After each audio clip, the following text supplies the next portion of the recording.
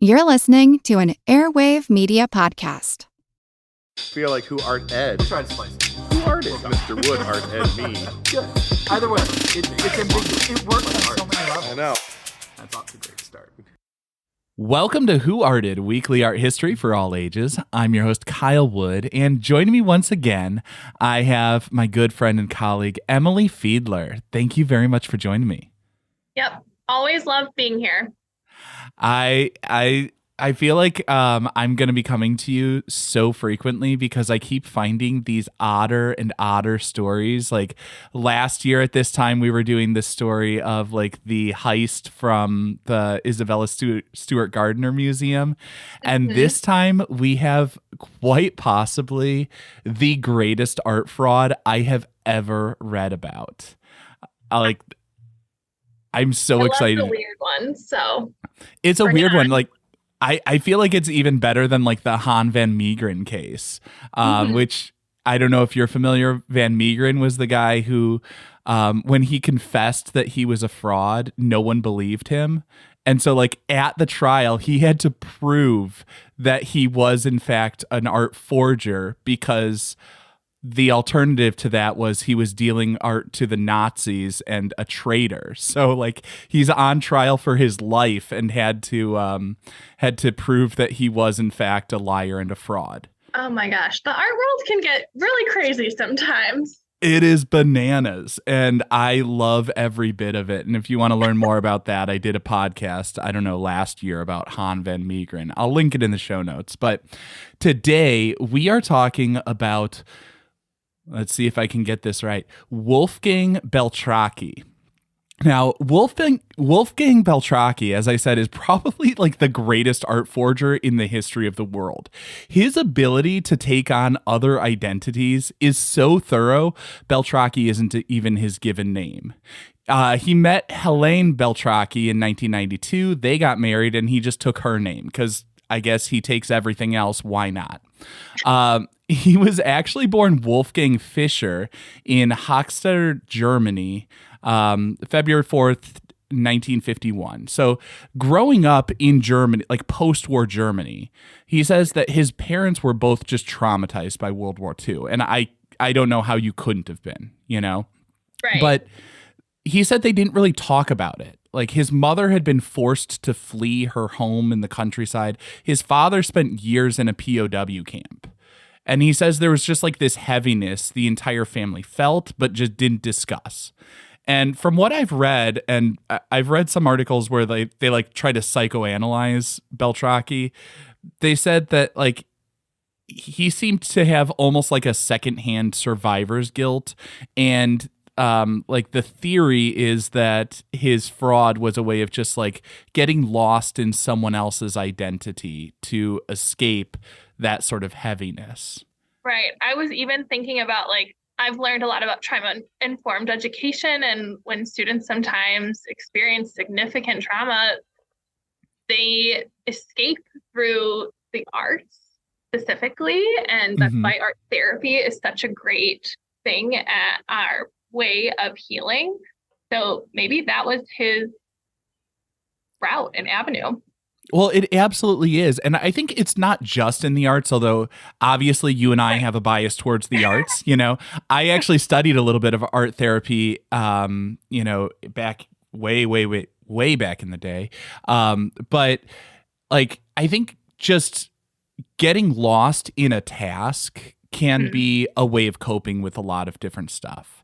I know even in an odd way, teaching is somehow almost relaxing to me because like once I walk through the door and like kids are in front of me, it has to be all about them, and I can just like compartmentalize and shut off that part of my brain of like everything that's going on at home and the things that I'm worried about with that stuff. And it's just like for the next 6 hours, it's just about these kids. And it's like, it's nice to be able to just like hang that at the door for a little while. And it's in some ways an escape. And I think art in a lot of ways was that sort of escape for him. He just took it way farther than anyone I've ever heard of. So yeah, like as a kid, His father actually worked restoring paintings in churches, and Wolfgang would sometimes assist him. And that's, from what I understand, kind of how he learned the craft. Essentially, restoring works is copying someone else's style and learning how they're working and trying to imitate that. And he says when he was about 12 years old, his father, who obviously loved art, was doing like a master study, his own version of a Picasso.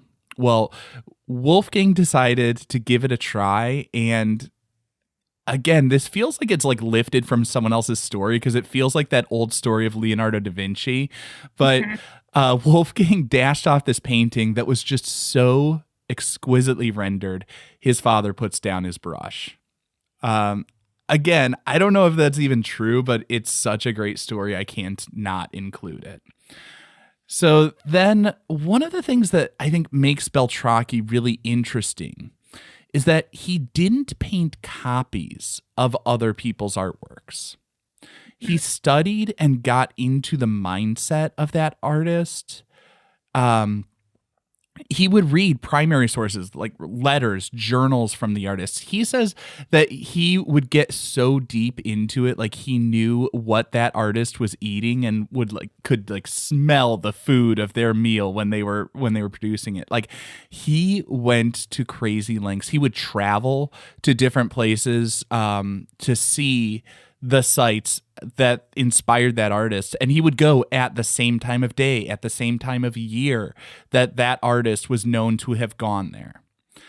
He would go to the museums looking over their catalog. He would find pieces, and this is, I think, the brilliance of it. He would find pieces that were described as having been created by the artist, but that weren't photographed. And so like the original artwork and images of it were just lost to history. Mm-hmm.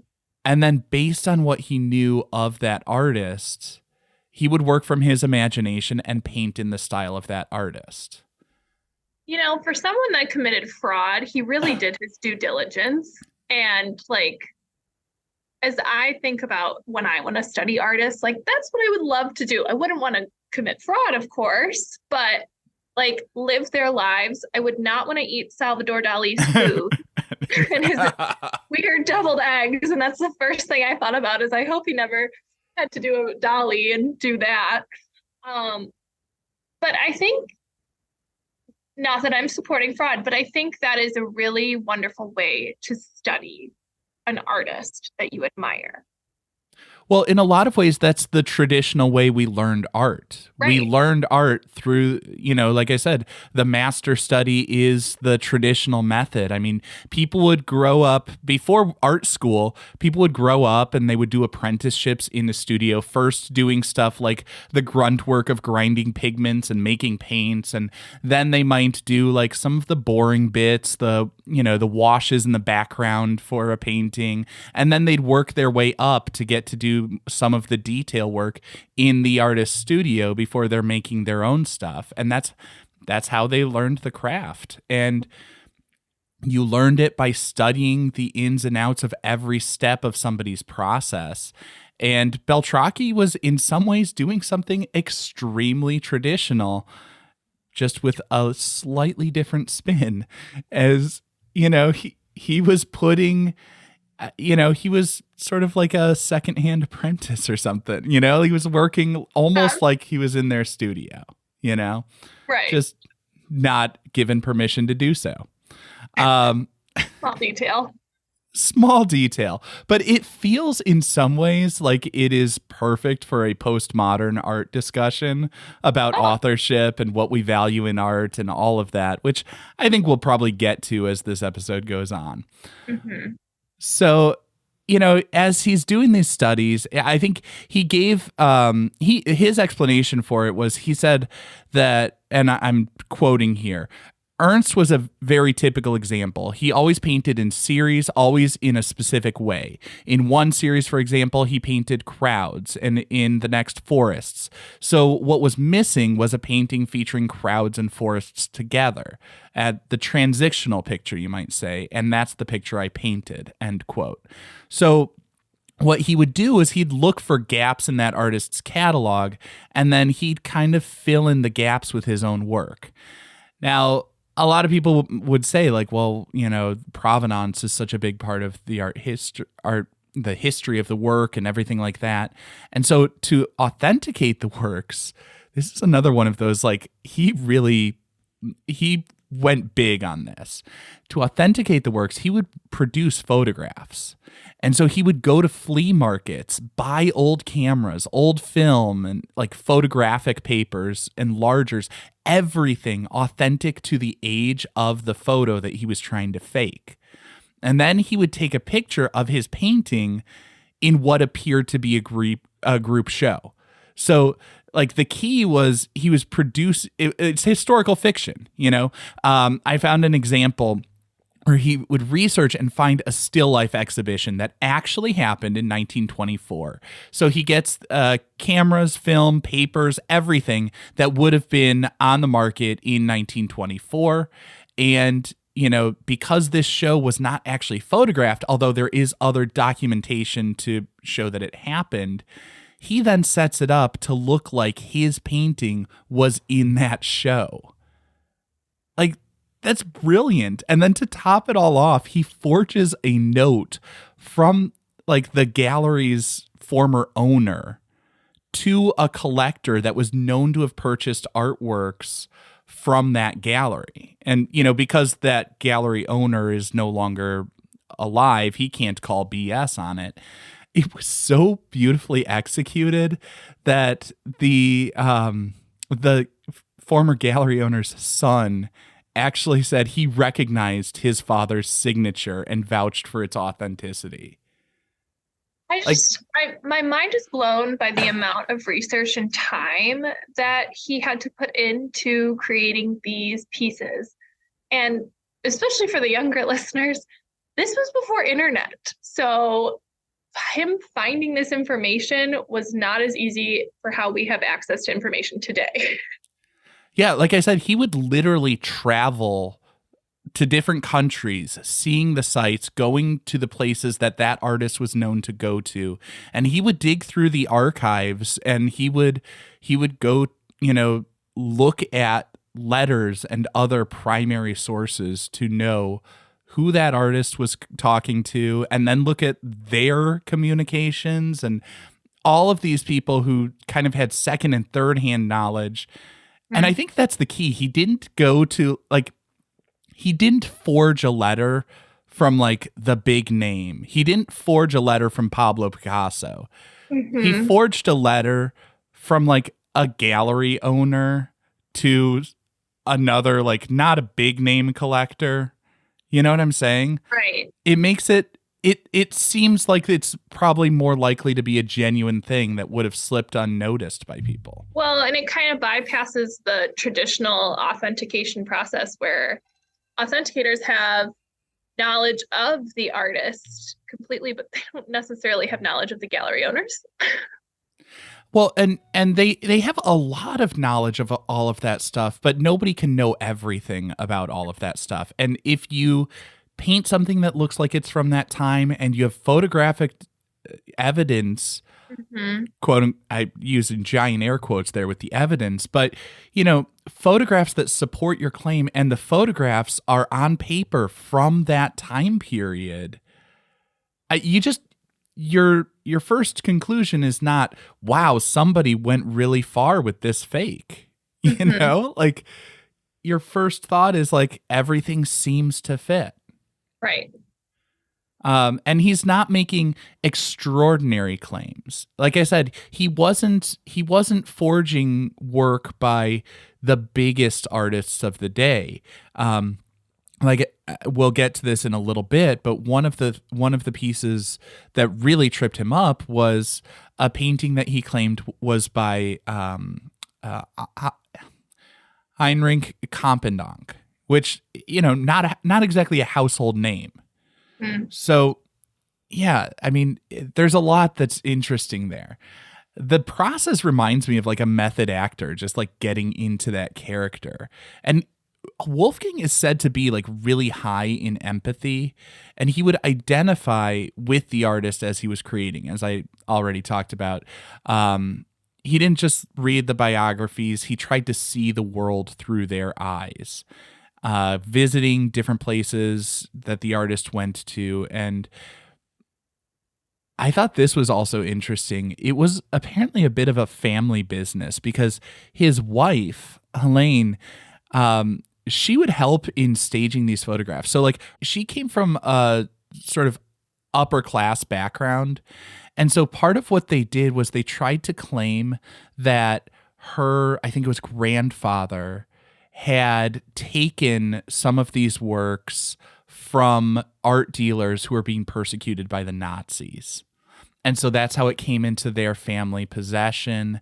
And then, you know, that's why there's not a lot of records and documentation because, as we know, World War II, a lot of art got lost. A lot of things were being shuffled around. Things were plundered from museums and people's collections. There's a whole lot of awful in that time period. And there were some things that presumably, very realistically, could have been lost in the shuffle, could have been, you know, taken either, you know, through bad means, or what they claimed was like they're trying to help these people get the stuff out of the eyes of the Nazis, you know?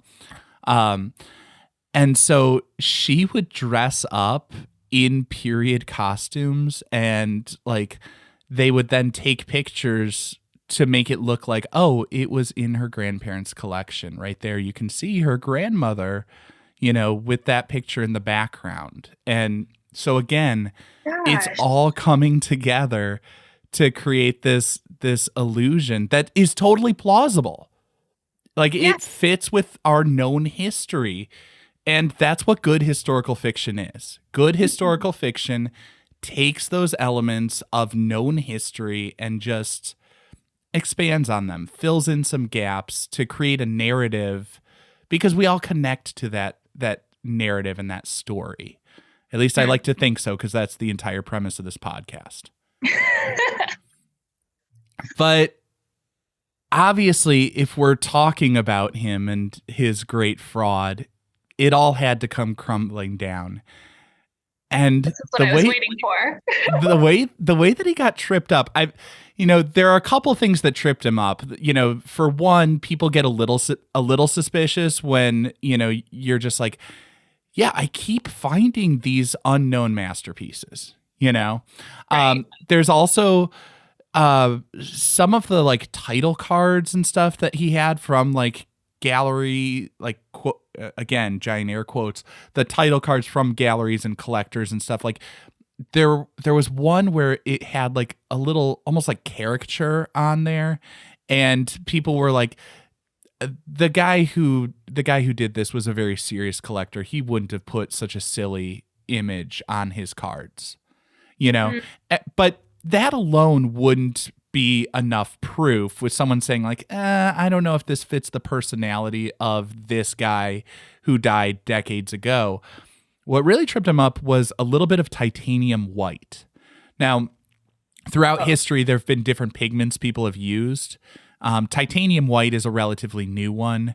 So Beltracchi typically, like I said, he did his homework, and he would typically use things that were appropriate to the time period. He would mix up his own paints and everything like that, like make his own paints from the raw material, the pigments and everything, mix it with the oils. He knew the process too. Yeah, absolutely. He knew every step of it up and down. Well, apparently he's working on trying to create a painting that he would later sell, saying it was the work of Heinrich Campendonk. Campendonk was a painter that was part of the Blue Rider group, like 1912. He was in with like Franz Marc, Kandinsky, all of them. So he's among the modernists, ridiculed by the Nazis. Like his work was in the Degenerate Art Show, and he fled Germany for the Netherlands. Obviously, it makes sense that some of his works would go missing and gaps in the provenance. Perfect subject for Beltracchi. So anyways, Beltracchi's working on a Campendonk painting, and he runs out of zinc white, which is the white that Campendonk would have been using. Rather than mix up some more, he just goes out and buys some. Unfortunately, unbeknownst to him, and I've read interviews where he's like cursing the manufacturer. He says like, it was not labeled. It was not disclosed on the label. There was some titanium in the manufactured white. Oh, and my goodness. I know. And that was not around at that time. So as people were, a little bit suspicious, they do some analysis, and it's like, you can't deny the fraud when you've got this anachronism. You've got this component that was not of the time. Now, after the break, I wanted to do things just a little bit differently. This week, I want to look at two paintings, one by Beltracchi and one by Campendonk. We'll look at them, and I'm just curious to see if you can tell who made which. Oh, boy. I hope I get it right.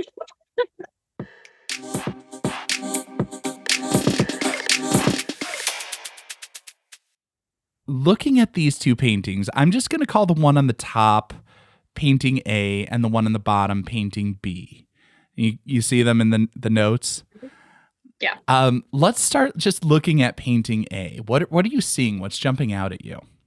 I see some horses right in the middle, or donkeys, houses along the back, trees, kind of in a cubist style. Lots of bright colors, thin outlines, if any, and lots of contrast between the colors. Yeah, they are really saturated. This is one that I would really like. I mean, this is because a lot of cubism kind of I don't want to say it bored me, but I don't know of a better way of describing it. Like the sort of monochromatic neutral that Picasso was doing. I've always liked color. I like the way this is fragmented and it's so saturated. And we have these combinations, like we see warm next to cool to create that contrast so frequently.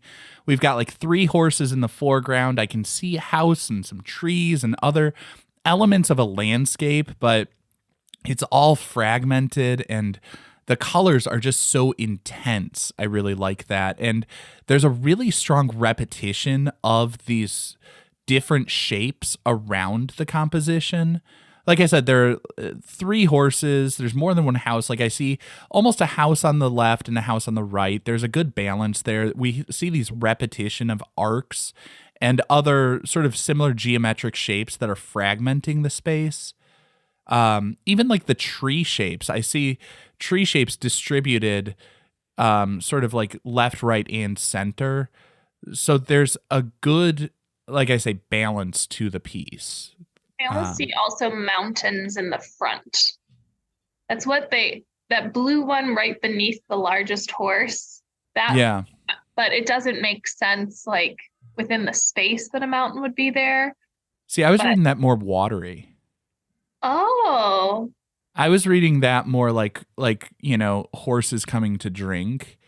And especially with that like little organic blue shape towards the right, that it feels to me I could be wrong, but I see it almost like a flow, like there's that big it's like a deciduous tree without any leaves near the center going to the top edge of the picture, and just to the left of that where the branch would be in shadow, we see a vertical blue band that to me reads almost like a waterfall, and then there are these little bits of blue winding around from the base of that through the landscape towards the bottom that I just read as like water flowing across like a river.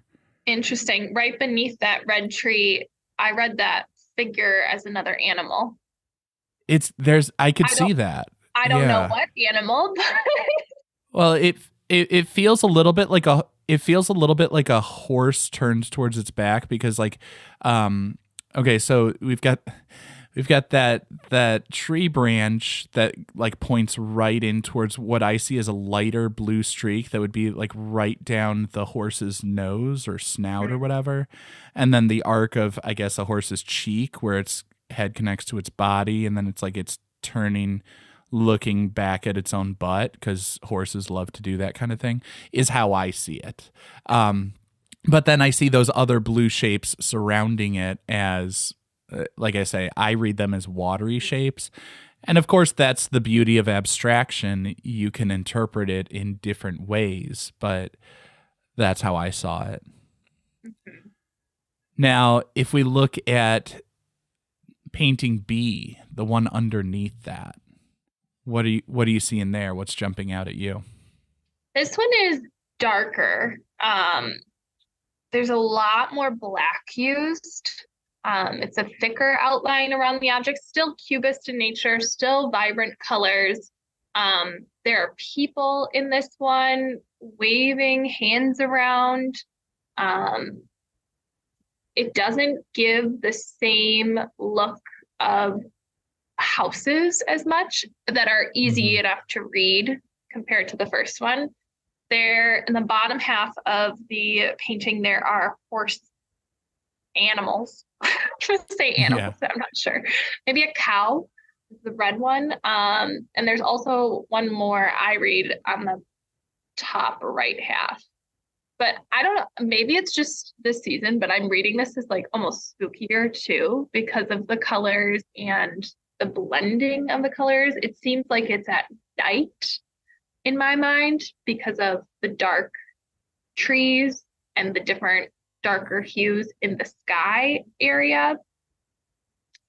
There are a few flowers towards the front, but I don't know a story that's happening within this yet.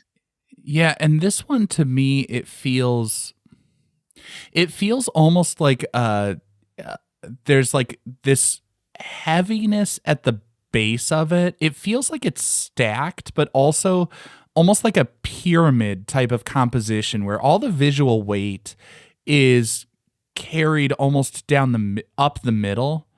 You know what I'm saying? It feels like the animals are like on top of each other, and the human figures are rising up out of that, and there's a strong emphasis down the middle because we have those mostly yellow and orangish shapes going down the middle, and then towards the left edge it gets very neutral. There's a lot more black, white, and gray, and so it's more saturated in the middle, which I feel like gives it that a little bit more visual weight. And maybe that's partially because my own biases and what I like and what appeals to me in art, but it feels like it gets desaturated towards the left edge. And then the fact that, oh no, go ahead. What behind the man in the suit, the green figure, do you read that as another man? And if so, the green figure, I read that as a representation of a person. Okay. Who that person is, what they're doing, I don't know. Kind of looks like a paintbrush as a man. I'm going to be honest. It feels to me like it's Slender Man or something out of like creepypasta, you know? Yeah. It feels like this would be an old work predating the internet that someone might point to be like, these mythical creatures, the boogeyman has been lurking all along. But you're right. There's much more darkness to this. There's much more heaviness to it. I feel like a lot of things are more defined, more outlined, including like the features on the figures. There's a little bit thicker, although a lot of the application of the paint does feel very similar. Like the way that the colors are blended feels very similar for the most part. I don't know if I agree with that. Because I'm looking at the bottom of the first one and it looks like they aren't fully blended. At the top, I could see that. So I'm looking more at the top. I see what you're saying, though. On The one in like painting A, the top one with the 3 horses, the bottom part of that feels to me like, you know how there were some phases where they got a little bit looser and less blended. It feels, I think Kandinsky is almost a good example or comparison here, where like some of his work, we saw the brushstrokes a little bit more distinct, and sometimes it was a little bit more blended. When I'm looking at the one on the bottom, painting B, there's a little bit more blending. It just seems more thorough and like it's more consistent in the way the paint is applied. That's the word I'm looking for. Yes. I would agree with that. I see some differences in style, some stylistic shifts in painting A, some like idiosyncratic, like I'm not sure which way I want to go with the paint on this, because the top half of it feels more blended, more subtly blended, I guess. Even that's not all that subtle though, but there is a difference in the degree of it, I guess I would say.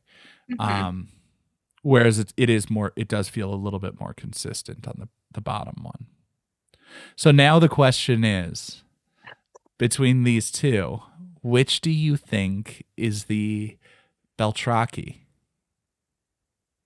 I wish I could Google the other artists just to like see, but then I would know the answer. I am gonna say that painting A is the Beltracchi? Yeah. And you are correct. Not only is that the actual Beltracchi painting, that is the one that got him caught. Okay, because I was looking at the whites. I was like remembering back from my painting courses in art school and how we had to buy both of them and they had different qualities. So that one just looked a little too clean of a white. You're good. I gotta say, hats off. This is why I keep bringing you back, because you're good. Your powers of observation. Oh, that was nerve-wracking. Are fantastic. I think you should bring back some other art teachers and have them guess too. I will, but like I think not as many are as brave as you to be put on the spot with this one. But I do want to just to wrap this up as I usually do. So that painting, the 3 red horses, Beltracchi painted it. That's the one he got caught with. He did a little time in prison. And then since then, he has done some work. He continues to do work in his own name now, signing his own name. And it is interesting. He does kind of like reimagine famous works in different styles and mashups of different styles. I'm going to be honest. It's not necessarily my favorite, but I do love somebody who is making Salvador Mundi like 10 different ways and trying to see if they can salvage a decent composition out of that ugly, quite possibly fake Leonardo painting. But what do you think of, we'll go with the 3 horses. Where does this one belong? Is this a piece for the Louvre? Is this one for the lab? Or is this one for the Lou? I would say the lab.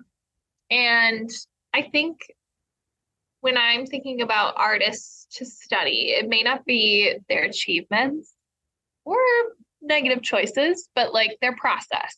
And I do think Beltracchi was a very talented artist with how he could replicate. And I'm glad that he is now making under his own name. But I'm also thinking about how artists today do parodies. And we accept that in the art world. So I would definitely not put this in the bin, but I also don't think it has the same prestige as a completely original art piece. See, I I actually kind of disagree on some level, because I think if we said that this was a museum piece under Campendonk's name, why shouldn't it be under Beltracchi's? You know what I'm saying? Like, Yeah, the I fact see that that. the fact that it loses prestige because of the name attached to it really, to me, raises interesting questions about what we value in art and art history. Mhm. And, this is an authentic Beltracchi, because he wasn't making a copy of Campendonk's painting. He said, this is the style that Campendonk was painting in. This is the kind of composition he might have made. But he created every line, shape, all the brush strokes in there. He was not copying someone else's. And in some ways, I feel like that's almost a more interesting commentary than the things that like Warhol was doing. Right. I mean, it's along the same lines, but there's something about Campendonk's, or not Campendonk, Beltracchi. Man, look at me. I'm like, I can't get the name right. There's something about Beltracchi's work that I find really interesting, because in some ways it's more artisanal and more authentically creative than what we hold up as works by various artists, because you and I both know that all sorts of artists throughout history have utilized studio assistants, and even have had like ghost painters working under them who have created works for them, executing that work. Whereas he studied meticulously and genuinely created his own work from his own vision based on his understanding of the art history,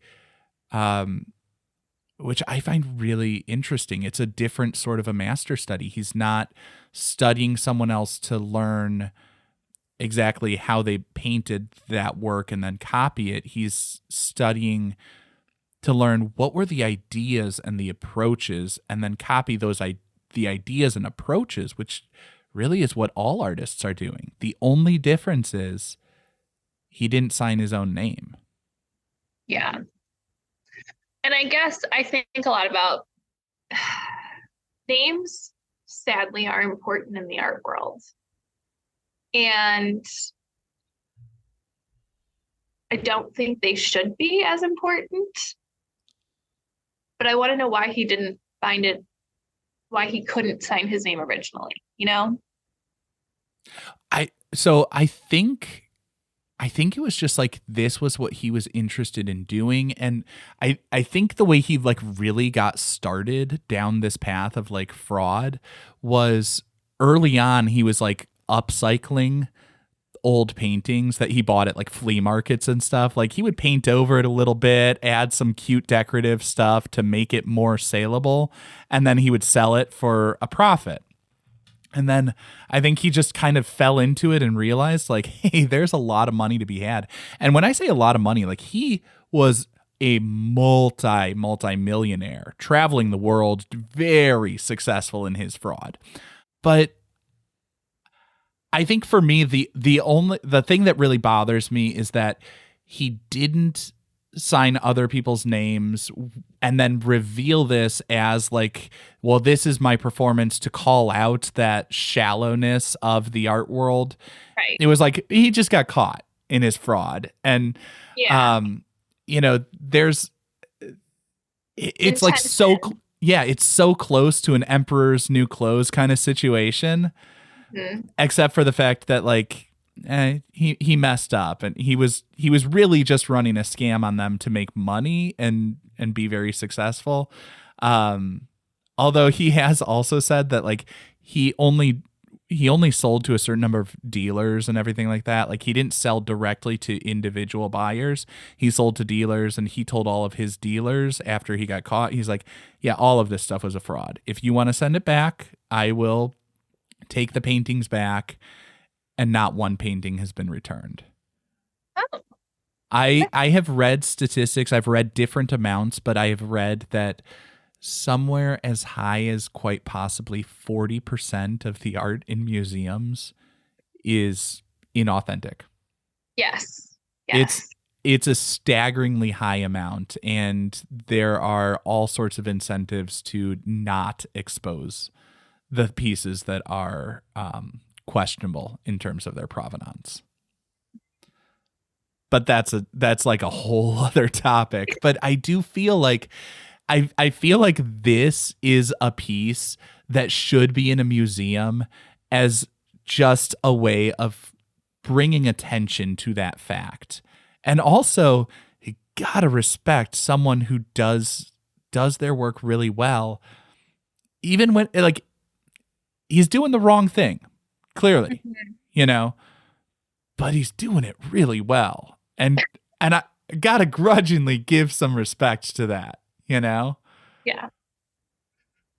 So for me, it's a museum piece to call out the museums, and also just because the art of fraud was really well executed on a level that I couldn't pull off. No, certainly not me either. But thank you so much for coming on, taking the time once again. I really appreciate it, as always. Thank you. Yeah. This concludes this week's episode of Who Arted, part of the Airwave Media Podcast Network. If you found this tolerable, please leave a rating or review on your favorite podcast app. You can find images of the work being discussed this week and every week on social media at Who Arted Podcast on Twitter, Instagram, and TikTok, and of course on the website whoartedpodcast.com. Podcast done.